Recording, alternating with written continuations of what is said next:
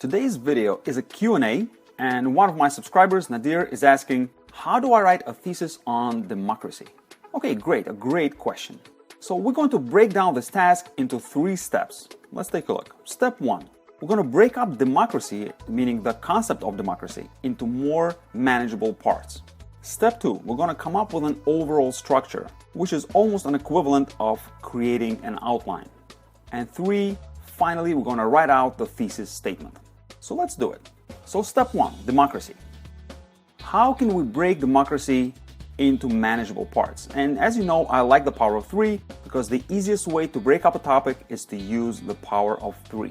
So in which way can we divide democracy into 3 parts? How can we discuss democracy in 3 different ways or in 3 different sections of a paper? Number 1, I'm thinking early origins. Now these are the origins of the ancient Greek origins of democracy. Next, we're going to talk about modern roots of today's democracy. So what are the modern roots? The modern roots are the main thinkers of the Enlightenment and their ideas. People like John Locke and Rousseau and Montesquieu. Now the Age of Enlightenment is also known as the Age of Reason. And that is where really today's democracy takes root. And number 3, of course, democracy today. And this would answer the question, how is today's democracy different? And different from what? Of course, from democracy in the early origins, in ancient Greece, and during the Age of Enlightenment.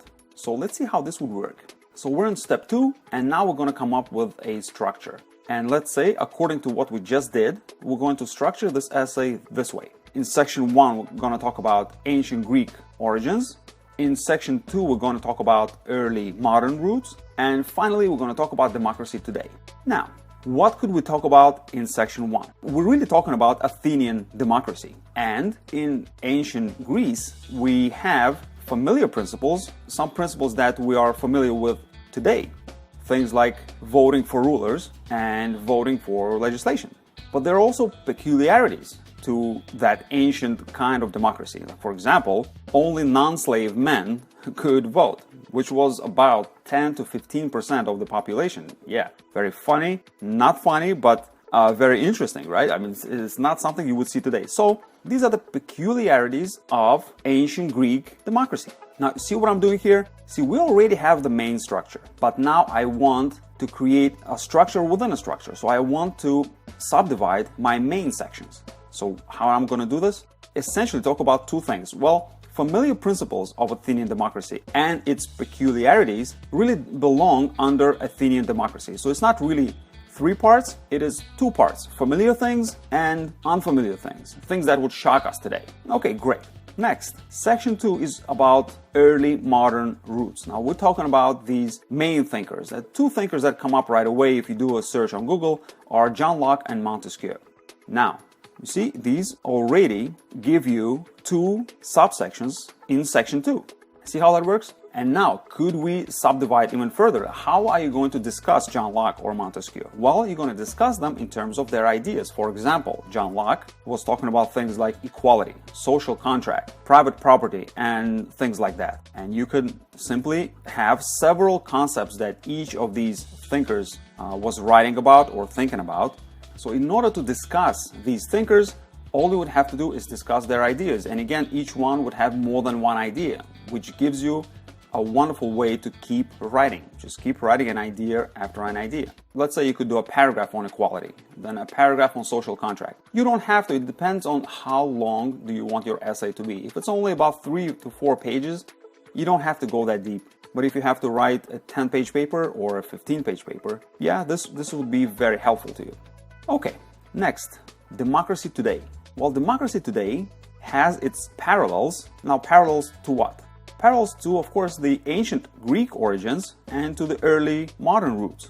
Meaning, we would see similarities. Parallels essentially similarities to the very, very first origins and to the origins in the Enlightenment. And then, of course, we have our peculiarities. Well, we have our own peculiarities. And for example, rigged elections. Okay, well, I'm going to leave it at that. But we have our own peculiarities that we don't really like, or maybe something that we do like, or maybe something we have something today that is much better than they used to have in the past. Like, for example, technology. And so we have our main structure together with our main sections and subsections. Okay, so let's move on. And this is our thesis statement. So based on what we just did, we're going to write out this thesis statement. And here we are. Democracy is an ancient principle that has undergone changes and that is practiced in today's society. It originates in ancient Greece but was rediscovered during the period of Enlightenment in Britain and France. Finally, while today's democracy shares elements with the ancient and early modern forms, it has its own distinct traits. Let's take a closer look at this thesis statement. So first, sentence 1. The opening sentence should summarize your entire essay completely and perfectly. And that's exactly what we're doing here. Let's take a look. Democracy is an ancient principle. You see, ancient principle. We're already talking about ancient Greece. Okay, it's an ancient principle that has undergone changes. Okay, and that's the transitional part. That's the middle part. We're talking about the Enlightenment, and that is practiced in today's society. Okay, and that's about today. See how we're basically contracting everything we're going to say in the essay into one sentence. And this is exactly how you should start your essay. Just go straight to the point. This is exactly what you are saying. Now, throughout the rest of the thesis statement, we're going to describe in detail what exactly we're going to talk about in the essay. And we're going to say it originates in ancient Greece. See, we're giving more details of what we just did. And see, we're giving more details here than we did in sentence 1.